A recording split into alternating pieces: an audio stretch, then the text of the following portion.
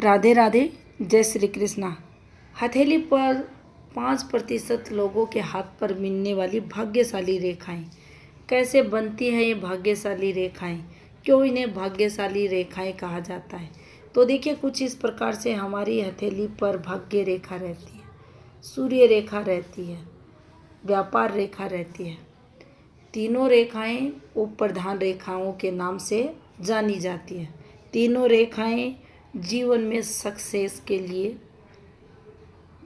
विश्व स्तर पर तरक्की के लिए, प्रसिद्धि के लिए, और यहाँ तक कि जो जीवन में स्ट्रगल होता है, धन को लेकर जो विशेषकर कर्म क्षेत्र को लेकर जो विशेषकर स्ट्रगल होता है, उसको कम करने के लिए ये रेखाएं हमारी हथेली पर आती हैं। जितनी ये रेखाएं सीधी चलती है, स्मूथ चलती हैं, एक रंग की रहती हैं, उतनी ही तरक्की जातक की अधिक होती है।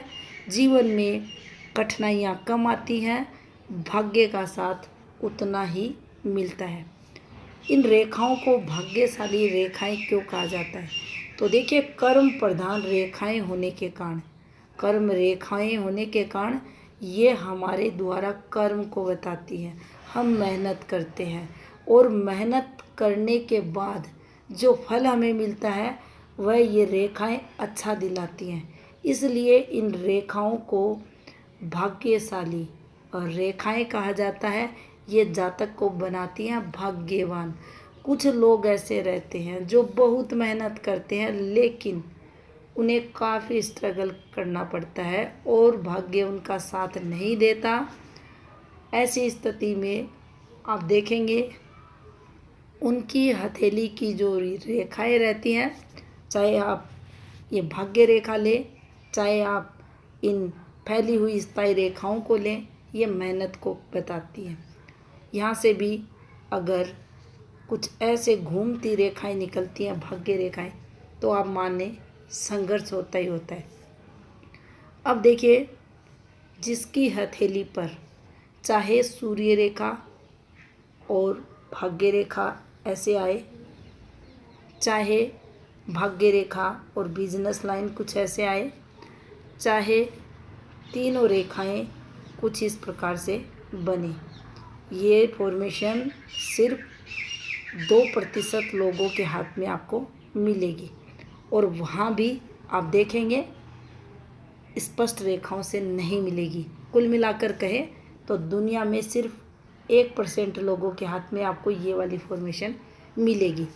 5% लोगों के हाथ में जो फॉर्मेशन बनती है वह कुछ ऐसे, या इस रेखा से इस रेखा का उद्गम, या यहाँ से इस रेखा का ऐसे संबंध। अब ये वाली फॉर्मेशन आपको मिल जाएगी।